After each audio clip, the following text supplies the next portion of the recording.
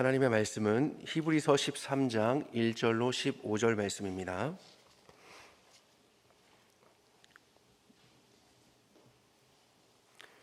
신약성경 368쪽쯤에 있습니다. 히브리서 13장 1절로 15절에 있는 하나님 말씀을 제가 봉독하겠습니다. 형제 사랑하기를 계속하고 손님 대접하기를 잊지 말라. 이로써 부지 중에 천사들을 대접한 이들이 있었느니라. 너희도 함께 갇힌 것 같이 갇힌 자를 생각하고 너희도 몸을 가졌은즉 학대받는 자를 생각하라. 모든 사람은 결혼을 귀히 여기고 침소를 더럽히지 않게 하라. 음행하는 자들과 간음하는 자들을 하나님이 심판하시리라. 돈을 사랑하지 말고 있는 바를 족한 줄로 알라. 그가 친히 말씀하시기를 내가 결코 너희를 버리지 아니하고 너희를 떠나지 아니하리라 하셨느니라. 그러므로 우리가 담대히 말하되 주는 나를 돕는 이시니 내가 무서워하지 아니하겠노라. 사람이 내게 어찌하리요 하노라. 하나님의 말씀을 너희에게 일러주고 너희를 인도하던 자들을 생각하며 그들의 행실의 결말을 주의하여 보고 그들의 믿음을 본받으라. 예수 그리스도는 어제나 오늘이나 영원토록 동일하시니라. 여러 가지 다른 교훈에 끌리지 말라. 마음은 은혜로서 굳게 함이 아름답고 음식으로서 할 것이 아니니 음식으로 말미암아 행한 자는 유익을 얻지 못하였느니라.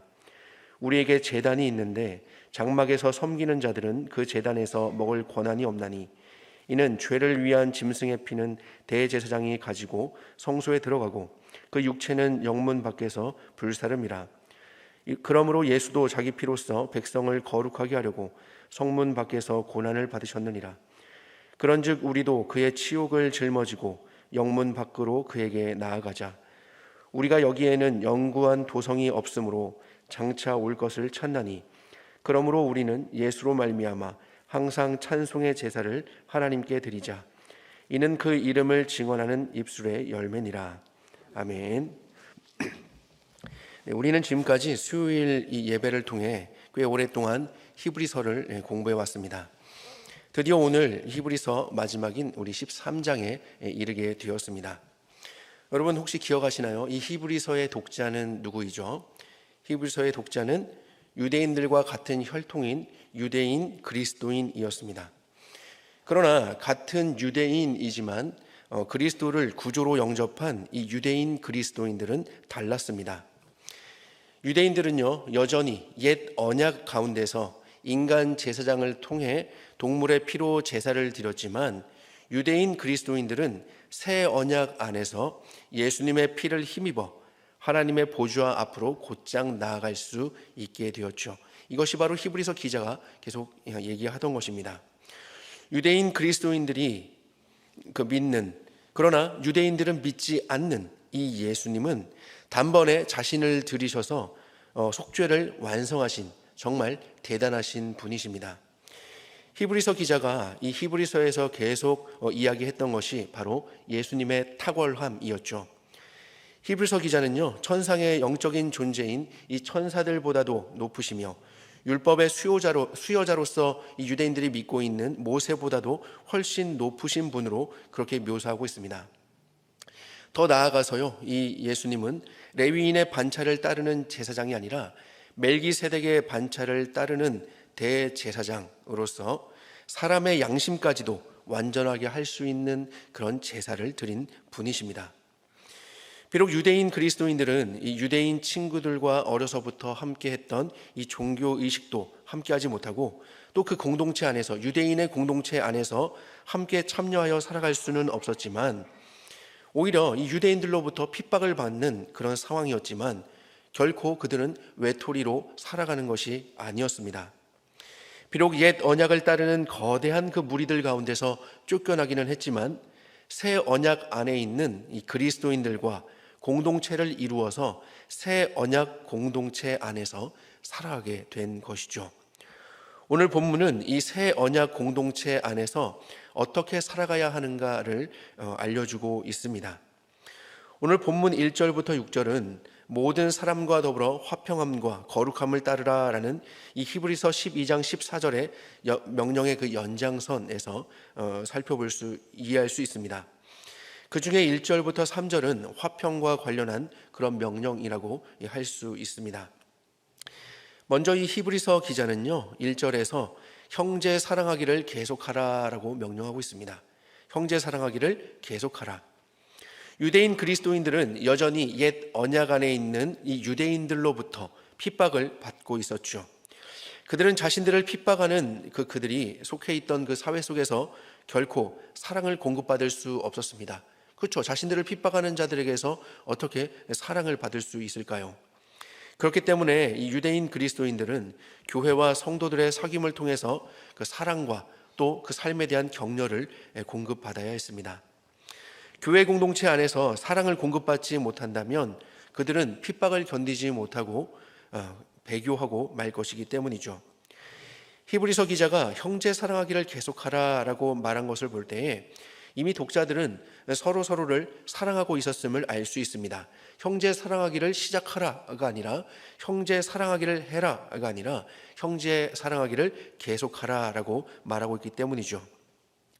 지금까지 이 유대인 그리스도인들이 배교하지 않고 견딜 수 있었던 것은 바로 이 사랑이 있었기 때문입니다. 만약 이 사랑을 잃어버린다면 교회 공동체는 금방 배교해서 해체되게 될 것입니다.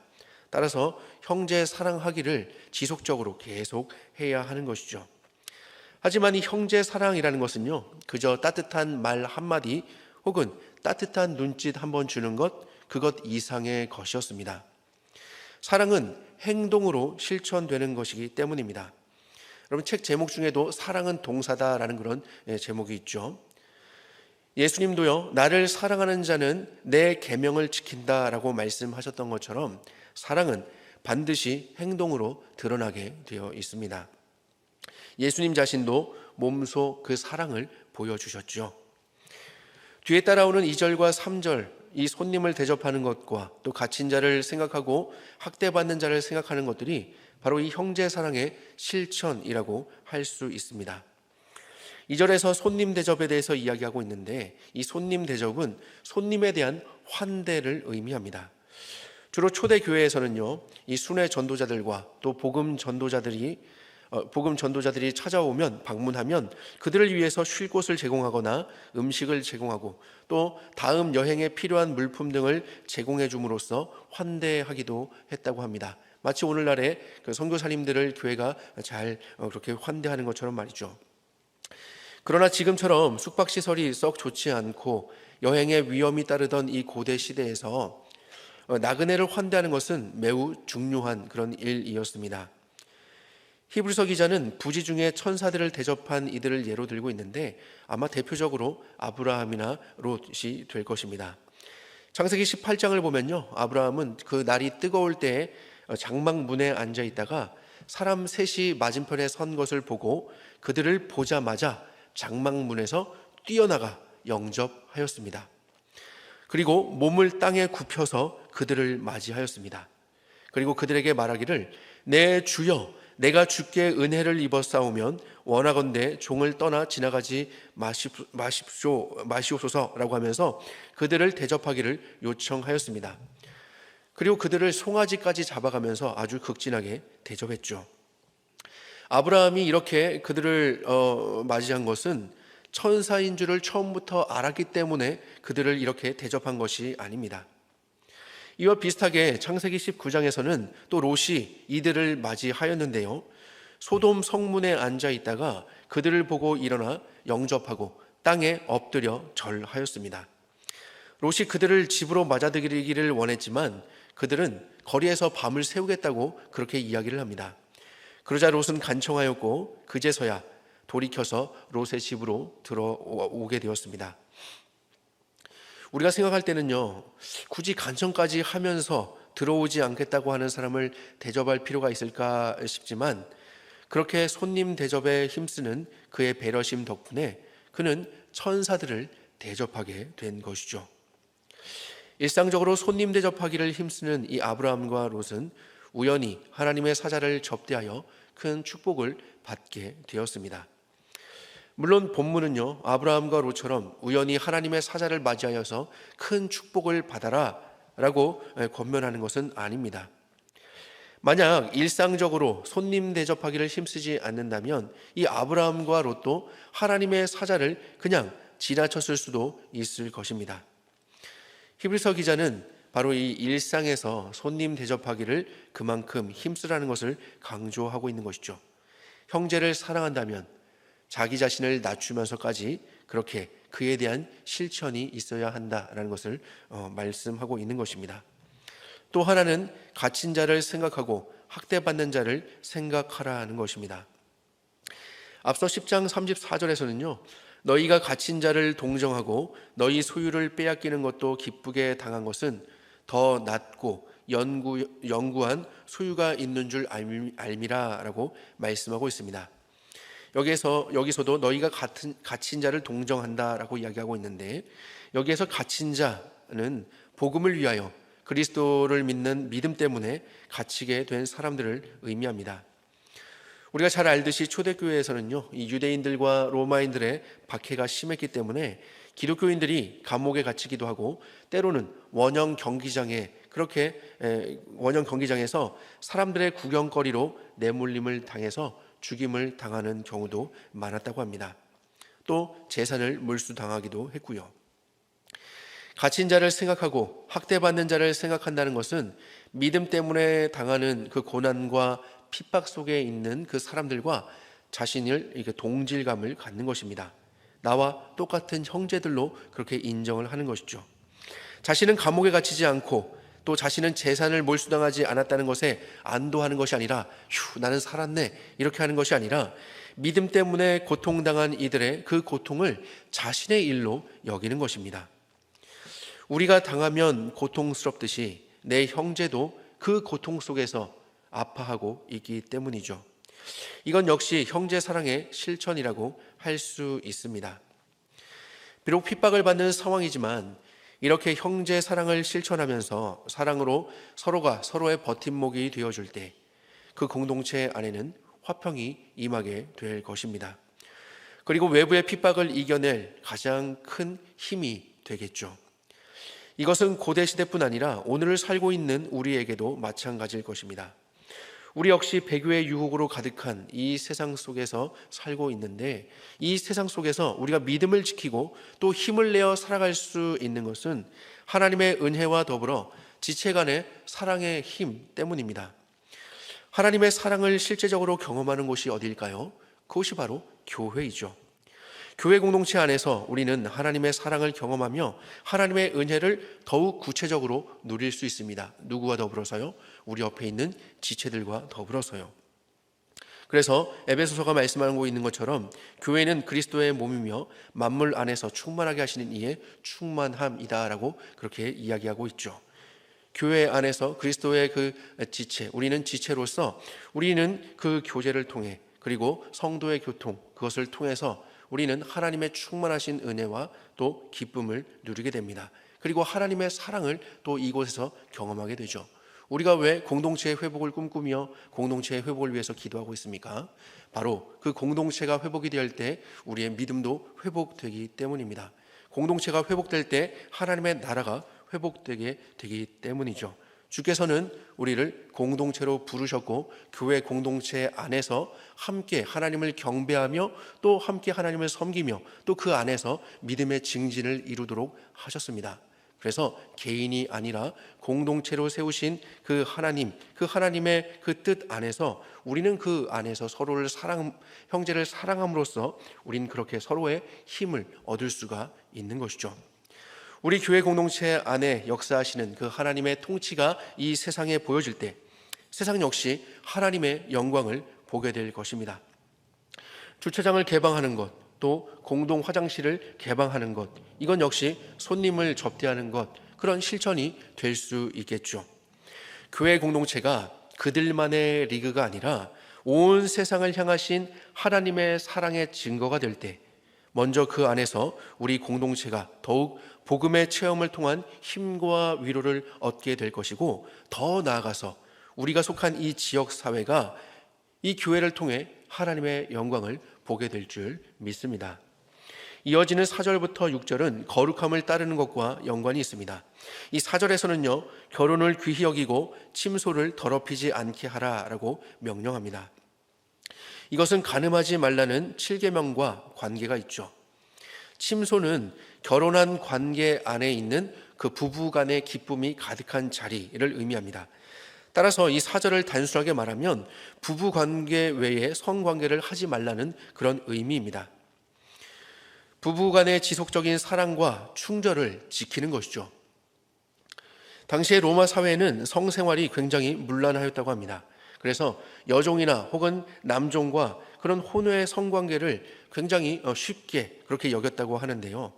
하지만 사회가 그것을 어떻게 판단하는가, 그것을 용납하는가, 이것과 상관없이 하나님께서는 그것을 음행과 간음으로 판단하시죠. 그리고 그것들에 대해서 심판하십니다.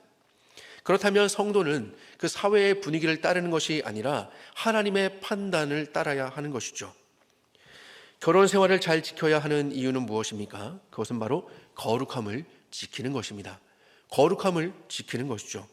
거룩함은 하나님을 올바로 예배하는데 필수적인 요소입니다. 왜냐하면 하나님은 거룩한 분이시기 때문이죠. 하나님께서 거룩하시기 때문입니다. 그 거룩하신 하나님께 예배한다는 것은 우리도 거룩하게 그 거룩함의 자리로 나아가는 것을 의미합니다. 따라서 결혼 생활이 잘 지켜진다는 것은 그 하나님의 뜻, 거룩함이 지켜진다는 것을 의미하는 것이죠. 돈을 사랑하지 않는 것 역시 거룩함과 관련이 있습니다. 자족하지 않는 것은 탐욕, 탐심이기 때문이죠. 돈을 사랑하는 것은 자신의 탐욕을 사랑하는 것인데 이것은 자신의 삶에 대해서 그리스도를 의지하지 않고 돈을 의지하는 것을 증명하는 것입니다. 주님께서는 친히 말씀하셨습니다. 내가 결코 너희를 버리지 아니하고 너희를 떠나지 아니하리라. 마치 부모님이 자녀와 함께하면서 그 자녀들의 필요를 채우며 모든 것을 공급해 주는 것처럼 하나님께서 성도와 늘 함께하시면서 떠나시지도 않는다는 것은 이미 우리가 필요한 모든 것을 다 가진 것과 같은 그런 약속입니다. 따라서 우리가 사랑해야 할 것은 돈이 아니라 우리와 늘 함께 하시는 하나님이어야 하겠죠. 주는 나를 돕는 이시니 내가 무서워하지 아니하겠노라. 사람이 내게 어찌하리요. 하나님은 우리에게 돈이 제공할 수 없는 참된 만족과 안전함이 되어주십니다. 그래서 히브리서 기자는 이 시편의 말씀을 인용해서 이렇게 이야기하고 있는 것이죠. 하나님만이 주권자이시다. 성도의 특징은 바로 거룩함입니다. 죄의 지배를 벗어나 하나님의 주권적인 다스림을 따르는 것, 이것이 성도의 특징이라고 말할 수 있습니다.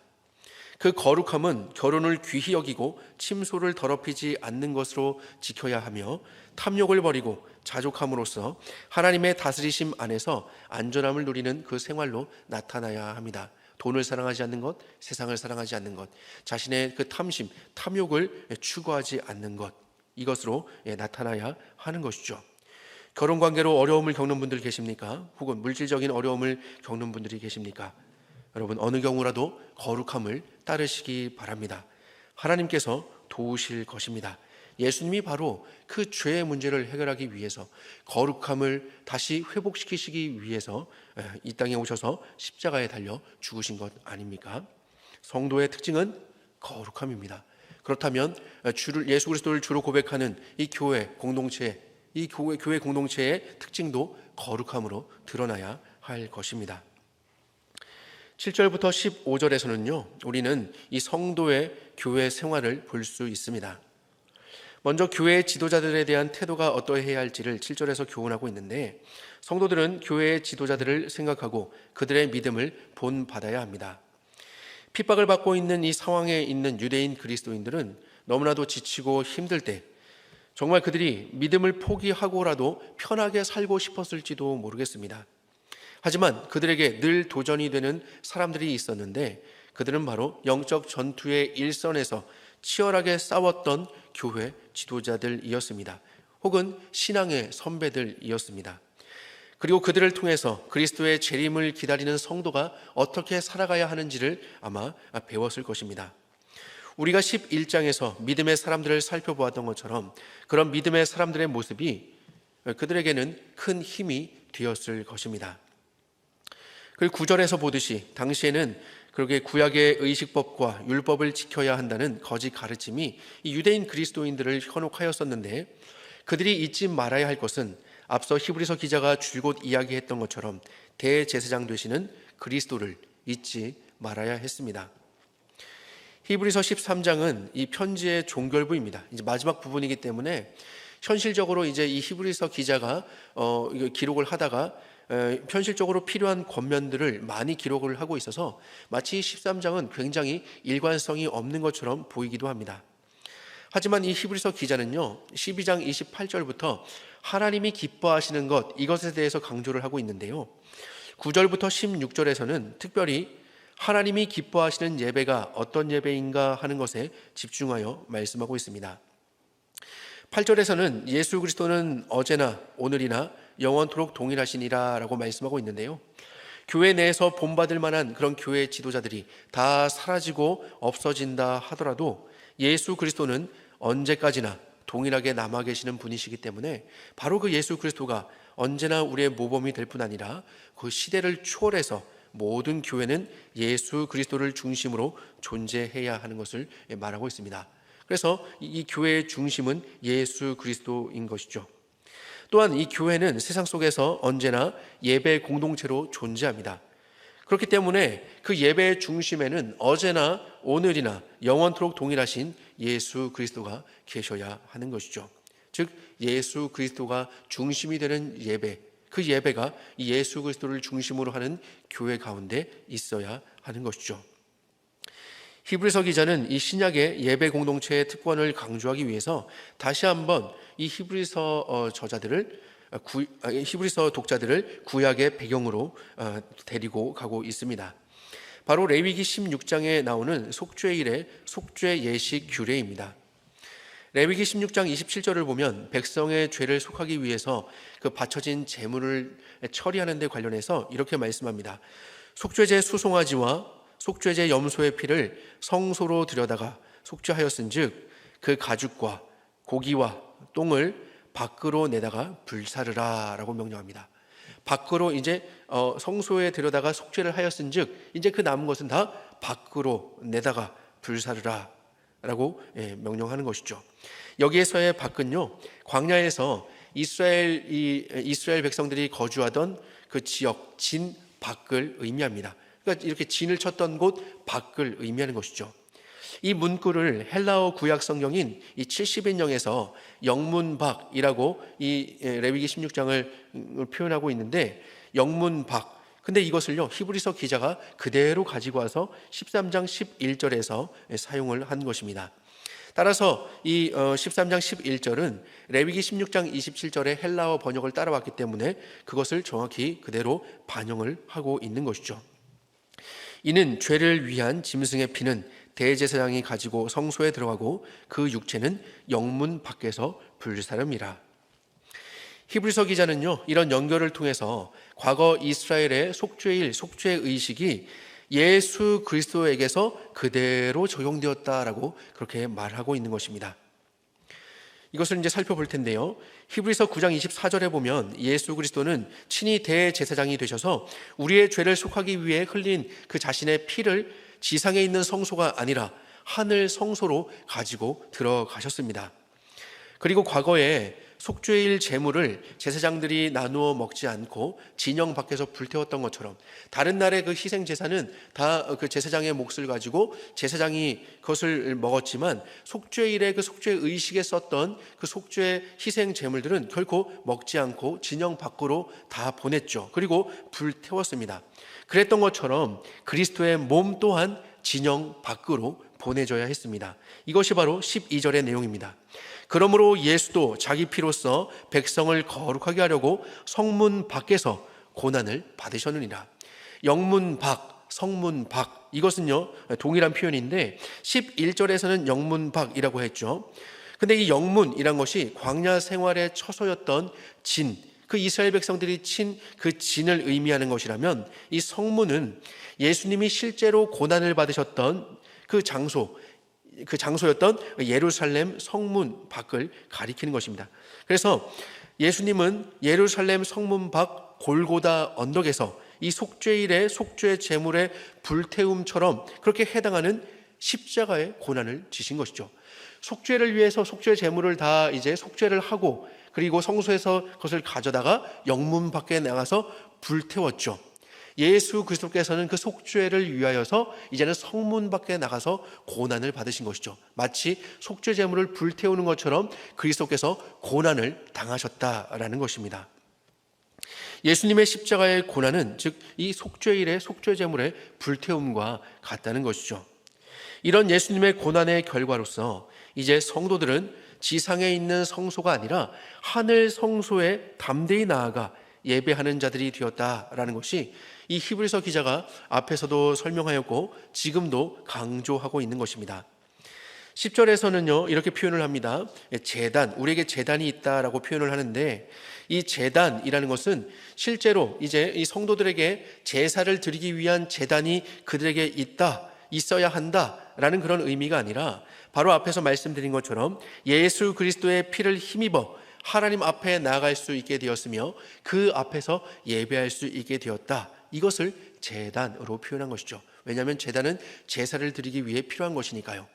그래서 이제 신약시대 예수님의 그 십자가의 고난, 십자가의 그 속죄의 사역을 통해서 신자들은 지상에서의 어떤 그 성소에서 예배를 드리는 것이 아니라 하늘 성소를 향하여 담대히 하나님께 나아가 예배 드릴 수 있게 되었다라고 그렇게 표현한 것이죠. 우리에게 제단이 있다라는 그런 말은 그래서 유대인들이 주장하는 것처럼 율법이나 어떤 그 음식을 통해서 제사가 참되게 드려지는 것이 아니라 그런 제사의 형식이 전혀 없어도 유대인 그리스도인들이 예수 그리스도를 의지하여 예배하며 나갈 때 참 예배를 하나님께 드릴 수 있게 되었다라는 의미가 되는 것입니다. 이것이 왜 히브리서 이 기자들, 독자들에게 중요한 것일까요? 왜냐하면 그들도 유대인들이었기 때문이에요. 유대인들이었는데 그들도 이전에는 할례를 행했고 이전엔 율법의 의식을 다 행했고 그들도 그 지상에 있는 성소에서 예배를 드렸겠죠. 그런데 이제 제사를 지냈겠죠. 그런데 이제 예수 그리스도의 복음을 듣고 예수 그리스도를 영접한 후로 그들이 더 이상 성소에 가서 제사를 드릴까요? 아니요, 드리지 않아요. 그들은 이제 이 예배 공동체에서 예수 그리스도를 힘입어 예배하는 그런 새 언약의 공동체로 들어오게 되었습니다. 교회 공동체로 들어오게 되었어요. 그런데 자꾸만 그것이 너무나도 익숙하죠. 제사가 굉장히 익숙할 텐데 지금 저 유대인들은 뭐라고 얘기해요? 너희들이 하는 것은 거짓된 거야. 너희들이 하는 것은 율법에서 명한 것이 아니기 때문에 하나님이 받지 않으시는 거야. 그렇기 때문에 너희들의 제사는 참 제사가 아니야 라고 이야기를 하니까 처음 한두 번은 그냥 아니야, 예수님은 믿는 게 맞아 라고 했지만 계속해서 그런 이야기가 들리고 그것에 대한 핍박이 다가올 때 그들의 마음이 흔들리게 되는 것이죠. 아, 정말 그 제사가 과연 저기 있는 것인가? 여러분, 사람은요 익숙한 것, 그것을 찾게 되어 있습니다. 익숙한 대로 자꾸만 나아가게 되어 있어요. 우리가 성도로 부르심을 받았지만 우리도 무엇이 익숙해요? 죄의 지배로부터는 벗어났지만 우린 여전히 죄의 영향을 받으며 살고 있죠. 그러니까 우리가 무엇에 익숙하죠? 거룩한 것보다도 무엇이 더 익숙하죠? 죄 짓는 것이 익숙하죠. 하나님을 찾는 것, 하나님을 영화롭게 하는 것, 이것은 우리의 머릿속에 있고 우리 마음의 소원이지만 바울이 이야기하는 것처럼 그러나 우리는 공고한 자로서 자꾸 무엇을 기뻐하게 되죠? 죄 짓는 것을 기뻐하게 되죠. 왜요? 그것이 익숙했으니까요. 지금 이 유대인, 이 그리스도인들도 자꾸만 그들 가운데 이 옛 제사에 대한 그 옛 언약에서의 자꾸 그것이 오라라고 하는 것이 그들 가운데 자꾸 흔들림이 되었던 거예요. 그러니까 그들에게 이 히브리서 기자는 그것이 아니다. 너희는 예수 그리스도의 완전한 그 속죄, 단번에 그 희생 제사를 통해서 너희는 저 사람 옛 언약이 아니라 새 언약 안에서 참된 제사, 참된 예배를 드리게 되었다라고 얘기하는 겁니다. 그래서 이 유대인 그리스도인들에게는 정말 이 제사 형식이 없어도 제사 형식이 없다 할지라도 예수 그리스도를 의지하며 나아갈 때 그 예수 피를 힘입어 나아갈 때에 참된 예배, 참된 제사를 하나님께 드릴 수 있게 되었다. 이것을 강조하고 그들에게 흔들리지 말라고 이야기하는 것이죠. 그러므로 유대인들이 아니라 유대인 그리스도인들이 오히려 참되게 바르게 예배하는 사람들이라고 할 수 있습니다. 바르게 예배하는 유대인 그리스도인들에게 또한 요구되는 것이 있었는데요. 그것은 바로 예수 그리스도처럼 예수님의 치욕을 짊어지고 영문 밖으로 나아가는 것입니다. 즉 고난당하신 예수님처럼 그리스도인들이 고난당할 때 그 고난에 동참하는 것이죠. 갇힌 자들을 생각하고 또 박해받는 자들을 생각하는 것처럼 예수님에게 있어서 영문 밖은요, 예루살렘에 의해 거부되었던 버림의 자리였습니다. 많은 사람들이 예수님이 예루살렘 성에 들어갈 때 호산나 다윗의 자손이여 라고 외쳤죠. 구하오니 우리를 구원하옵소서 라고 하면서 다윗의 자손 예수여 우리를 구원하십시오. 그분을 이제 우리의 왕으로서 환영합니다 라고 하는 그 환영의 소리가 있었지만, 그러나 그 이후에 예수님이 빌라도의 법정 거기서 어떻게 되었죠? 사람들은 십자가에 못 박아라 라고 그렇게 외쳤죠. 예루살렘은 예수님에게 있어서 이 영문 밖, 성문 밖은 예루살렘에 의해서 거부되었던 그런 버림의 자리였습니다. 그리고 수치의 자리였죠. 하지만 그 자리는 동시에 하나님의 뜻을 이루신 영광의 자리였습니다. 사람들에게는 버려진 자리였지만 하나님께는 자신의 하나님 당신의 그 뜻을 나타내기로 한, 그 영광을 나타내시기로 한 선택의 자리였던 것이죠. 바로 이것이 예수 그리스도의 골고다 십자가의 자리입니다. 그곳에서 예수님이 수치와 고난을 다 당하셨지만 하나님께서는 그 예수님의 수치와 그 고난을 받으시고 성도에게, 택한 자들에게 무한한 사죄의 은혜를 베풀어 주셨습니다. 따라서 성도가 하나님을 만나고 예배하는 장소는 바로 영문 밖입니다. 이곳은 사람이 선택한 자리가 아닙니다. 하나님께서 선택하신 자리입니다. 하나님의 영광의 임재가 있는 영문 밖으로 나아가지 않으면 하나님을 만날 수 없습니다. 사람이 아무리 좋은 장소를 마련해 놓고 하나님을 그곳에 초청하려고 하여도 하나님께서 오시지 않는다면 그곳은 아무 소용이 없겠죠. 예배는 내가 정한 장소가 아니라 하나님께서 정하신 장소에서 이루어지는 것입니다. 그 장소는 먼저 그리스도의 피가 들어간 그 하늘의 성소인 하나님의 보좌 앞이 될 것이고, 그 다음은 그리스도의 몸이 불태워진 이 영문 앞 고난의 자리가 될 것입니다.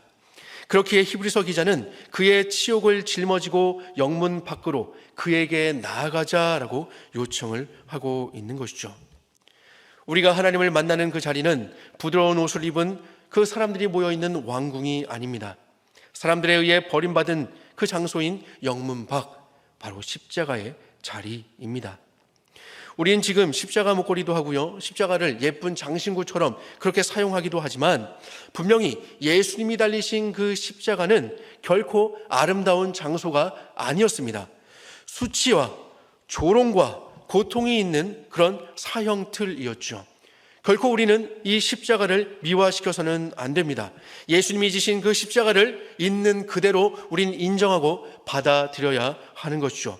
그리고 우리는 그것을 피하려고 해서도 안 됩니다. 오히려 기꺼이 그 십자가를 짊어지고 나아가는 자들에게는 예수 그리스도께서 경험하셨던 그 수치가 변하여 영광이 되는 것을 함께 경험하게 될 것입니다. 나의 죄를 가지고 나아갔지만 그 죄를 용서하시는 한없는 하나님의 은혜를 경험하게 될 것입니다. 우리의 수치를 바꾸어 영광이 되게 하시는 그 하나님의 은혜를 우리는 바로 이 예배의 자리에서 경험해야 하는 것이죠. 여기에 참 예배가 있고 여기에 산 소망이 있는 것입니다. 이런 이유 때문에 히브리서 기자는 이 세상 속에서 성도의 삶의 모습을 계속 찾고 있다라는 단어를 사용해서 묘사하고 있습니다. 14절을 보니까요, 우리가 여기에는 영구한 도성이 없으므로 장차 올 것을 찾나니라고 말씀하고 있습니다. 여기에서 찾나니라는 단어는 현재 시제로 표현이 되어 있습니다. 그것은 바로 계속해서 찾거나 갈망하는 모습을 나타내는 것이죠. 동일한 표현이 11장 14절에서 아브라함이 본향 찾는 자임을 나타냅니다라는 이 구절에서 사용이 되었는데요. 아브라함이 분명히 땅에서의 거처를 갖고 있었지만, 이 땅에서 그 자신의 거처를 소유하고 있었지만, 그럼에도 불구하고 영원한 본향을 계속적으로 찾고 있는 사람, 이것을 묘사하고 뜻한 것이죠. 마찬가지로 성도 역시 이 세상의 거처를 가지고 있지만, 그러나 이 세상의 거처가 아니라 장차 올 영원한 처소를 계속 갈망하고 찾는 사람들이라는 그런 특성을 갖게 되는 것입니다. 성도는 누구라고요? 이 세상의 거처가 아니라 장차 올 정말 그 영원한 그 처소를 계속 갈망하고 찾고 있는 사람들이다. 이들이 바로 성도들이다. 하지만 계속해서 갈망하고 찾고 있다고 해서 이것이 아무것도 잡은 것 없이 항상 그냥 찾아 헤매는 그런 허무한 인생을 의미하는 것은 아닙니다. 하나님께서는 이미 우리의 것으로 허락하셨고 약속으로 주신 그것을 취하기 위해서 우리가 계속 앞으로 나아가는 것이죠. 이미 우리에게 약속된 그것을 찾기 위해서 우리가 나아가는 것, 우리의 그 성도의 삶의 자세를 이렇게 표현하고 있는 것입니다. 그렇기 때문에 성도의 삶에는 소망이 있습니다. 이런 산 소망을 가지고 세상을 담대히 맞서 이기는 사람이 바로 영문 밖에 나아간 사람들입니다. 세상의 관점에서는요, 그것이 수치의 영문 밖일 뿐이지만 하나님의 관점에서는, 하나님 앞에서는요, 장차 올 영구한 도성을 약속으로 소유한 사람만이 보여줄 수 있는 가장 영광스러운 그런 삶의 모습인 것이죠. 이것이 바로 십자가로 나아가는 성도들의 모습입니다. 십자가의 고난으로 나아가는 그 모습이 세상 사람들이 볼 때는 정말 미련해 보이고 수치스러워 보일지 몰라도, 그러나 그곳에 영광이 있음을 알고 우리는 나아가는 것이죠. 바로 거기에 장차 올 영광이 있음을 알고, 바로 예수님이 승리하셨던 것처럼 우리의 승리가 거기에 있음을 알고 또 그것을 소망하며 우리가 나아가며 살아가는 그런 삶의 모습이라고 할 수 있습니다. 이렇게 이런 영문 밖의 본질을 바르게 알고 있는 사람은 항상 찬송의 제사를 드리며 하나님께 나아가며 예배하며 나아가게 됩니다. 하나님께서 우리를 위해서 베풀어 주신 그 대속의 은혜를 우리의 입술로 고백하며 또 높이는 것이죠. 하나님은 산 제물로서 짐승이 아닌 우리 자신을 바치기를 원하시죠. 바울이 로마서 12장에서 그렇게 이야기하고 있습니다. 날마다 우리 자신의 욕구를 포기하고 예수님을 따르며 살아가기를 원하시는 것이죠. 우리가 그렇게 살 수 있는 것은 바로 우리의 죄를 용서해 주신 그 은혜와 사랑에 대한 감사 속에서, 그 찬미의 그 찬양의 제사 속에서 우리는 그렇게 살 수 있는 것입니다. 그런데 그런 삶의 예배가 어떻게 가능하게 되었을까요? 우리는 어떻게 그런 삶의 예배를 드릴 수 있을까요? 이것은 바로 예수를 말미암아, 예수로 말미암아 이것이 가능합니다. 오직 예수로 말미암아 이런 예배를 드릴 수 있는 것이죠. 오직 예수로 말미암아 성도는 그러한 삶을 살 수 있는 것입니다. 왜냐하면 오직 예수님만이 우리의 희생제사가 용납받을 수 있도록 하시기 때문입니다. 우리는 전혀 하나님께 받아들여질 수 없는 그런 존재였지만 오직 예수님을 통해서 우리가 받아들여질 수 있게 되었기 때문입니다. 오직 예수로 말미암아 우리는 받아들여지게 되었습니다. 우리 스스로에게서 어떤 선한 것을 찾을 수 있을까요? 우리에게는 결코 어떤 선한 것도 찾을 수 없습니다. 그런 것이 없었기 때문에 우리 주님께서 영문 밖으로 나가셔서 수치를 당하셨고, 그 수치 덕분에, 그 영문 밖에서 당하신 그 고난 덕분에 우리가 영광을 누리게 된 것임을 우리는 기억해야 할 것입니다. 오직 예수로 말미암아 우리의 예배가 참된 예배가 되었고, 오직 예수로 말미암아 우리가 찬송의 제사를 드릴 수 있게 되었습니다. 오직 예수로 말미암아 우리는 산 소망을 품고 오늘도 살아갈 수 있게 되었고, 오직 예수로 말미암아 우리가 하나님께 받아들여지게 된 것이죠. 간합되었다. 그리스도인의 삶은 실천이 있는 그런 기다림의 삶이라고 할 수 있습니다. 장차 올 것을 기다리는 것이죠. 우리가 만약 그런 기다림을 가지고 살지 못한다면, 우리가 지금 그런 기다림을 가지고 살고 있지 못하다면 그 이유는 아마도 우리는 우리의 눈이 장차 올 세상을 바라보지 않고 지금 우리에게 주어진 이 세상에 갇혀 있기 때문일지 모릅니다. 이 세상에서 뭔가를 바라고 누리기를 원하기 때문이겠죠. 물론 우리가 이 세상에서 무언가를 바라고 이루는 것 그 자체가 잘못된 것은 아닙니다. 우리가 이 세상에 발을 붙이며 우리도 이 땅에서 기본으로 살아가고 있기 때문이죠.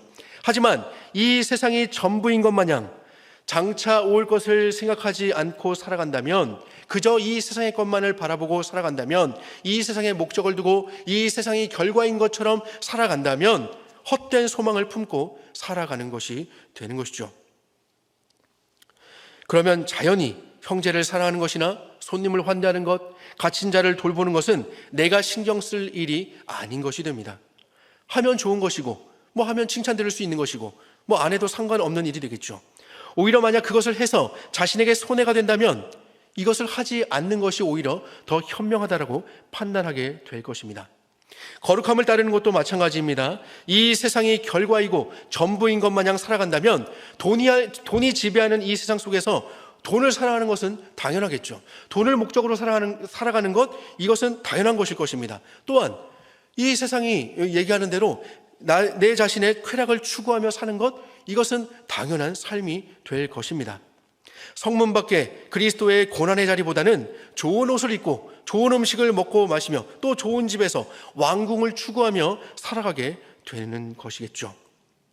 그러나 성도의 삶은 예수로 말미암아 사는 삶이기 때문에 이 땅에 결코 결과가 있지 않습니다. 이 땅에 결코 끝이 있지 않습니다. 장차 올 것을 기다리는 사람들, 이 사람들이 바로 성도인 것이죠. 성도는 기다리는 사람입니다.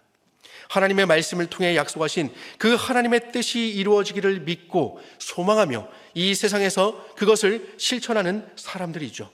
바로 새 언약의 백성은 이렇게 살아가는 사람들입니다. 기도하겠습니다.